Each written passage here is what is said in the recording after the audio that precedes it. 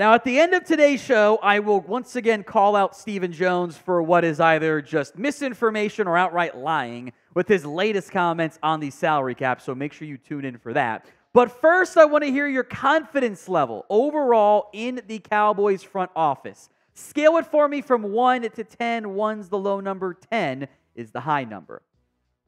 As I'm sure you saw, because you're subscribed and watch all of our videos here, Cowboys signed Royce Freeman on Tuesday night, adding the veteran back we all thought they were going to, not the one we thought they were going to get.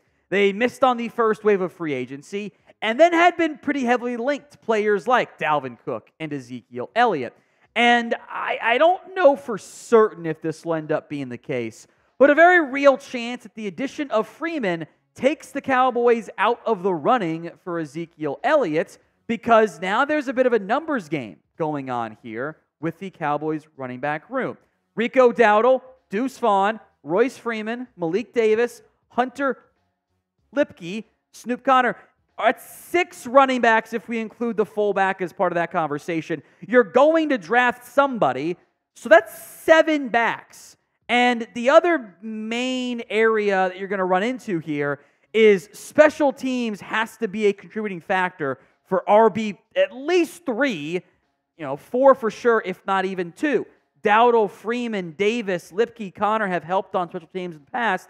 Zeke Elliott doesn't. And that tends to be how these veteran backs get squeezed. Is Zeke Elliott a top 90 back in the NFL? Probably.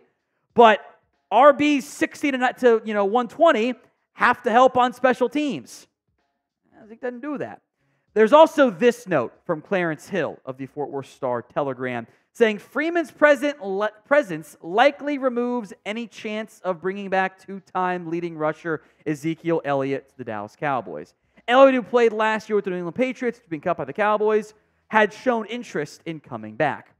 I do still wonder if the leaked Cowboys interest was really more of a player-pushed interest thing from both Elliott and from Dalvin Cook, by the way. That numbers game is real, at least in the short term, because you're not going to carry 10 backs in the preseason, right? And the Cowboys almost assuredly will draft a back, probably on day 2. If that doesn't happen, kind of everything's off the table, and we will reevaluate from that perspective. That's 7 backs then, including Lipke is kind of a fullback, RB hybrid. 7 backs. Add an 8th who isn't young. I have my doubts on that front. So do you want the Cowboys to bring back Ezekeiel Elliott? Y for yes, N for no. It is the pinned comment on this video. So if an ad comes, it's fine. Go vote, Y or N. Mazi Smith, once again, being spoken about by Stephen Jones as the Cowboys' real power in the front office these days, expressed confidence in his future, saying, quote, "He didn't play as much as we would have liked. I think it was a learning process with him, learning what Dan wanted out of the defensive lineman. We knew when we drafted him out of Michigan that he was asked to play the one technique a little different than Dan likes to see it played. I think the way Mike Zimmer is going to ask these guys to play is probably a little more in line with what he did at Michigan. But we feel really good about Mazi. You have to get something, and I would even argue something noteworthy, out of Mazi Smith this year along the defensive line. This team, whether they wanted to or didn't want to, whatever, didn't make any actual efforts to bring back Jonathan Hankins, because he was not out of their price range. He was actually incredibly affordable and cheap. So, reality, they didn't want to do it. So that leaves Oso Odigizua, Mazi Smith, Chauncey Golston, Carl Davis. That's not a good defensive tackle room. And if you spent a first-round pick on Mazi Smith last year, you have to give him a chance to play this year. And you have to hope that the breakout happens. They didn't really sign a veteran. I don't know at this point if they're going to. So whether we like it or not, you're really banking on a big year from Mazi Smith in 2024, or at least showing signs of progress to make you feel confident in it going into next season.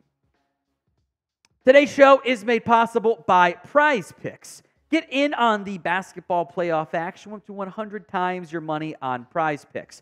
You've got the NBA play-in tournament going on right now. The full playoffs get underway on April 20th. Hey, look, I have enjoyed testing my skills on basketball games and prize picks this year. I've done it with the PGA Tour as well. I am not involved on the esports side. Executive producer Jack, though, certainly is. I always advise new players one thing. Do the flex play in most cases, an exception coming up here in a minute. But the flex play allows you to get one wrong. That way, if you picked more than on all three of your prize picks projections and there was one less than in there, you still come out on top. I won't do flex plays, though, when there are freebies involved from prize picks. A half point for Nikola Jokic. That's just a guarantee right there. So I'm going to go less than Joel Embiid points scored because he doesn't deliver consistently in the postseason, and more than Jokic points, rebounds, and assists. I look forward to his ridiculous over-the-top three-pointer that falls and gives them the extra points that he always ends up getting. Folks, prize picks, it's just pick more, pick less. It is that easy. Go to prizepicks.com/CLNS and use code CLNS for a first deposit match up to $100. Links in the comments and the description of today's show. We'll talk about this, I'm sure, many a time between now and next December, whenever. ESPN's latest kind of lengthy Don Van Natta feature on why Bill Belichick didn't get a job does link him again to the Dallas Cowboys. Now, ESPN saying that it seemed like Belichick and the Cowboys were a good match on paper this past hiring cycle because Jerry Jones and Bill are friends. And Belichick, quote-unquote, liked the idea of sticking it to the Krafts by working for Jerry. More on that, by the way, in a little bit. The Cowboys are change-averse, as ESPN pointed out, with head coaches, and in the end, they stuck with Mike McCarthy. Now, a big reasoning, if we believe the ESPN article, of why Belichick is unemployed is Robert Kraft, because multiple different coaches or owners spoke to Kraft about, hey, what about Belichick? They're checking their references, and Kraft was like, yeah, don't trust him, which kind of wild. Now, I think that was a big factor in why the Falcons did not hire Bill Belichick. Given the fact that Kraft and Blank and Jones aren't always on the best of terms, that wouldn't really be a thing in Dallas. So I think assuming things go the way we think they will this upcoming year and McCarthy's contract expires, maybe the door is open again next offseason.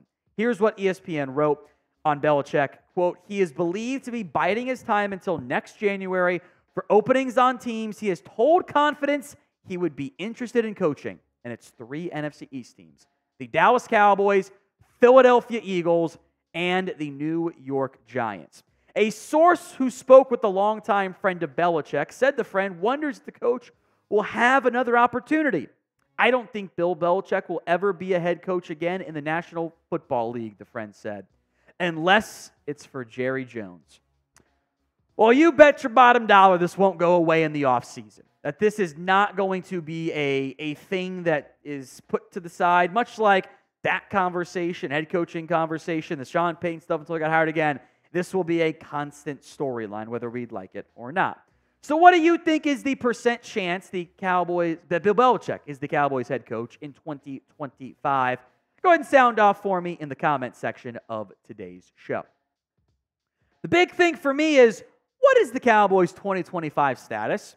Bill Belichick does not want to be involved in a rebuild or a reset. He wants to win now. That does not correlate if the Cowboys are indeed resetting this upcoming offseason. I don't think he wants to find a new quarterback. He doesn't want to do what Bill Parcells did down the stretch and be in charge of finding Jerry Jones as next quarterback and ended up finding Tony Romo. I think Bill wants to win now and set the NFL wins mark. Would the Jones boys, most notably Steven, more on him in a little bit, by the way, actually cede the type of power or at least the influence that Bill wants? Maybe somewhere in the middle is possible. But I don't know how. I think there are things you have to work through in that whole conversation.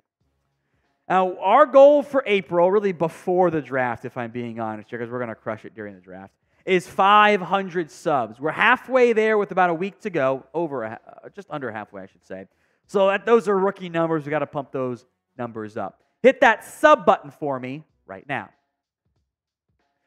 We'll spend some time on this because I am tired of Stephen Jones talking and lying to us. He once again defended the Cowboys and their spending and saying they were all in, saying, oh, we're always all in, blah, blah, blah. My biggest issue are these quotes, or this quote, I should say, from Stephen Jones. We spend max money year in and year out. All 32 can only spend the same amount of money over a 5-year stretch. When we're all said and done, we max out our salary cap every year. We will have done that. Now, first off, I don't know what Stephen Jones is trying to claim with saying that the 5-year stretch. I think he might be referring to the fact that you can spread signing bonus money out over a 5-year period, but that is not that's not a thing. There is no max money you can spend over a 5-year plan. There's a minimum 3-year cash spending to hit. Well, there's no magical, we have to spend this amount of money, otherwise we're in trouble. Like, you have to spend a minimum. There's no maximum. That's just not a thing. In fact, we have the data to prove it. Shout out to @TexansCap and the over-the-cap numbers here. Now, there's not a great correlation between directly team wins and cash spending, but this is the cash spending. Do you see where the Dallas Cowboys are at? They are below the league average in cash spending from 2011 to 2022. And there's a pretty damn big gap between the Cowboys, teams like the Bucs and Rams and Eagles, and the Packers, and hey, those teams have had some Super Bowl success, haven't they? You kind of got top quadrant teams that have been aggressive with some success, bottom right quadrant of they had a historically rare quarterback in Tom Brady and Patrick Mahomes, and then the Cowboys are below average. They are below average in cash spending. The Cowboys, relative to the rest of the NFL, are a cheap organization. And I am tired of people trying to say that they are not. And I am tired of this organization and Stephen Jones gaslighting us. The numbers are right there. They do not spend the same amounts of cash as other NFL teams do. They do not spend aggressively. They are a cheap organization when it comes to cash spending, which is how you can maximize your salary cap bucks. They are not being truthful, and I am tired of people carrying their water and saying that they are.